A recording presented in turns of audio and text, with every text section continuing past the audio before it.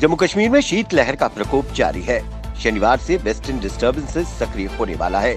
वहीं संडे को बारिश और बर्फबारी के आसार हैं। इससे ठंड और बढ़ जाएगी।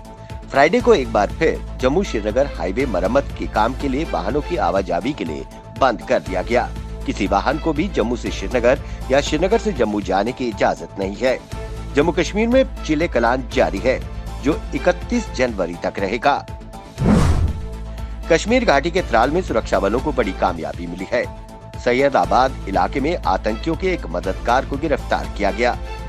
पिछले 3 दिनों में सुरक्षा बलों ने आतंकियों के 11 मददगारों को गिरफ्तार किया गया है। इनके पास से चीनी निर्मित ग्रेनेड बरामद किए गए हैं। दिल्ली कटरा एक्सप्रेसवे के लिए भूमि अधिग्रहण अधिसूचना जारी कर दी गई है। केंद्रीय सड़क एवं परिवहन मंत्रालय की ओर से जारी इस अधिसूचना में कठुआ जिले में इस एक्सप्रेसवे की जद में आने वाली जमीनों की तस्वीर स्पष्ट कर दी गई है।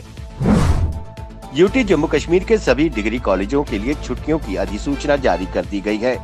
जम्मू समर जोन के सभी डिग्री कॉलेजों के लिए छुट्टियां 26 दिसंबर से लेकर 4 जनवरी तक होंगी, तो वहीं जम्मू विंटर जोन के सभी डिग्री कॉलेज के लिए छुट्टियां 28 दिसंबर से 14 फरवरी तक, तो वहीं कश्मीर संभाग के सभी डिग्री कॉलेज भी 28 दिसंबर से लेकर 14 फरवरी 2021 तक छुट्टियों के लिए बंद रहेंगे।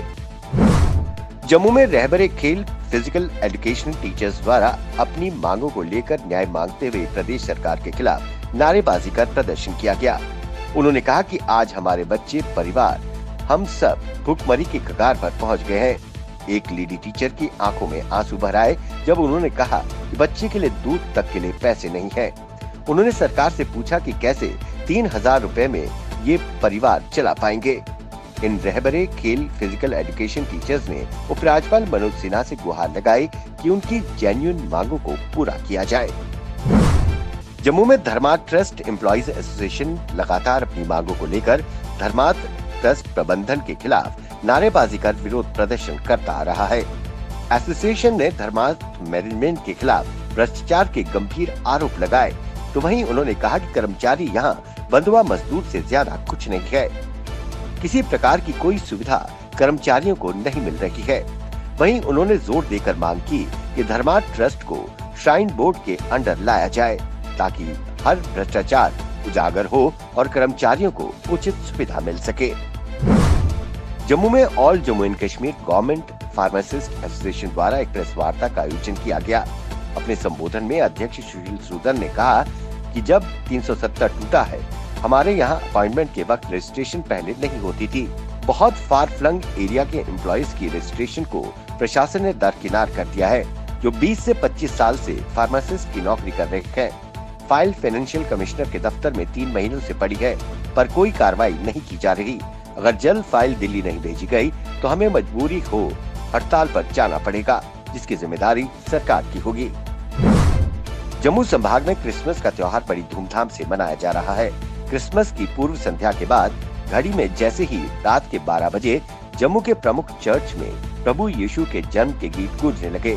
इस दौरान चर्च रोशनी से जगमगा उठे।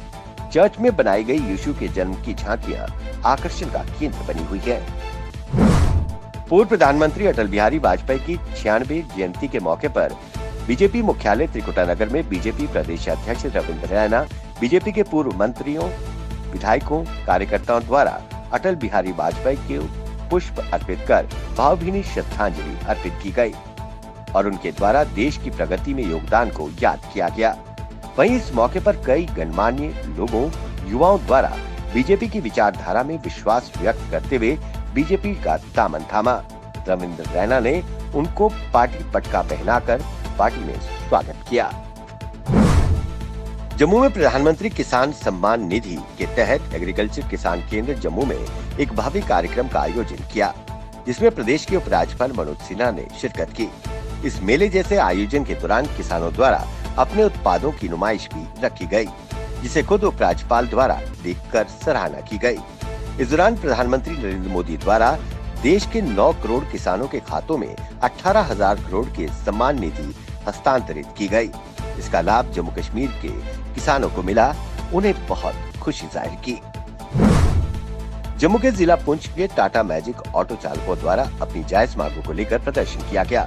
टाटा मैजिक एसोसिएशन के अध्यक्ष ने पत्रकारों से बातचीत के दौरान कहा कि जितने भी हमारे कागजात, आरसी, परमिट, फिटनेस, इंश्योरेंस सब महंगे हो गए हैं। अब सरकार ने कहा है कि जो किराया कोविड-19 महामारी से पहले लिया जाता था वही लिया जाए। उन्होंने सरकार से अपील की कि किराए में बढ़ोतरी की जाए, नहीं तो वाहन चलाना उनके लिए मुश्किल हो जाएगा।